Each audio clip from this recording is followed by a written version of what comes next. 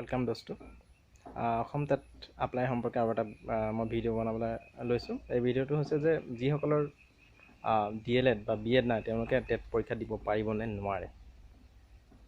এইটো এটা ডাঙৰ প্ৰশ্ন। তাত উল্লেখ আছে যে যিসকলৰ DLED আছে তেওঁলোকে পৰীক্ষাটো দিব পাৰিব, বা যিসকলে এইবছৰ 31 আগষ্টৰ ভিতৰত এডমিশ্যন লৈছে তেওঁলোকে পৰীক্ষাটো দিব পাৰিব। কিন্তু যিসকলৰ DLED নাই বা এতিয়ালৈকে লোৱা নাই তেওঁলোকে পৰীক্ষাটো দিব পাৰিব নে নোৱাৰে। তাত উল্লেখ আছে যে পৰীক্ষাৰ আগলৈকে কোনো ধৰণৰ ডকুমেণ্ট ভেৰিফিকেশ্যন নহয়, মানে পৰীক্ষাৰ আগলৈকে কোনো ধৰণৰ ডকুমেণ্ট ভেৰিফিকেশ্যন নকৰে তেওঁলোকে।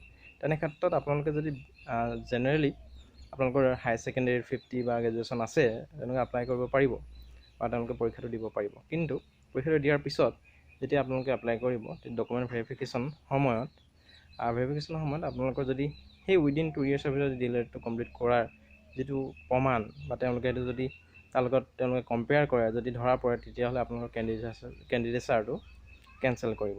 অন্যথা আপোনালোকে পৰীক্ষাটো দিব পাৰিব। এজ এ এক্সপিৰিয়েঞ্চৰ কাৰণে আপোনালোকে হয়তো দিব পাৰিব, কাৰণ পৰীক্ষাৰ আগলৈকে কোনো ধৰণৰ তেনেকুৱা ডকুমেণ্ট ভেৰিফিকেশ্যন নহয়। কিন্তু দিয়াৰ পিছত যদি আপোনালোকৰ পাছ কৰে, ভাল নম্বৰ পায়, হয়তো এপ্লাই কৰিবলৈ মন যাব, তেনে ক্ষেত্ৰত আপোনালোকে বাধাৰ সন্মুখীন হ'ব বা আপোনালোকৰ কাৰণে সমস্যাৰ সৃষ্টি হ'ব। গতিকে চাই লওক, যদি অভিজ্ঞতাৰ বাবে দিব বিচাৰে নিশ্চয় এপ্লাই কৰিব পাৰিব। আৰু যদি চাকৰিটো ল'ম বুলি ইচ্ছা কৰি যদি পৰীক্ষাটো দিব বিচাৰিছে তেনে ক্ষেত্ৰত আপোনালোকৰ বাধা যথেষ্ট আছে। উইদাউট DLED যদি আপোনালোকে এইবছৰো এডমিশ্যন লৈছে